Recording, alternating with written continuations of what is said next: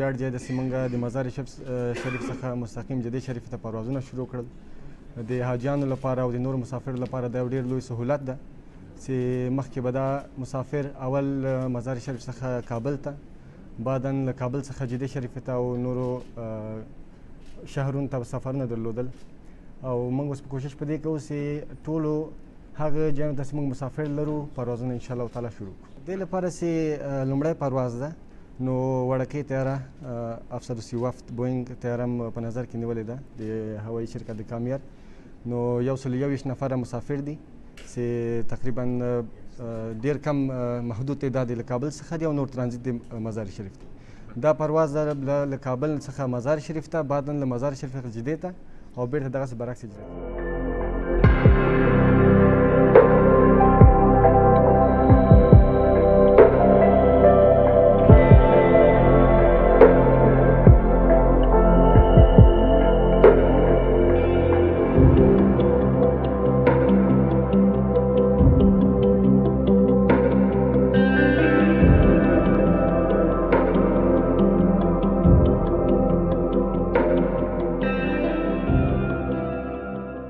شرکت هوایی کامیار همیشه کوشش کرده که برای هموطنان عزیز ما شرایط خوبی را فراهم بسازد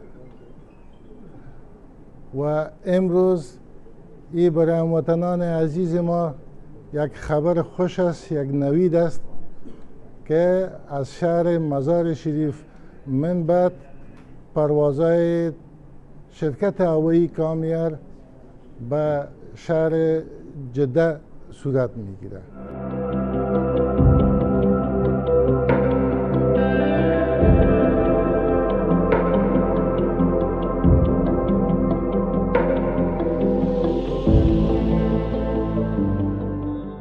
میریم پرواز از کابل بود ولی در مزار شده بسیار خوش هستم.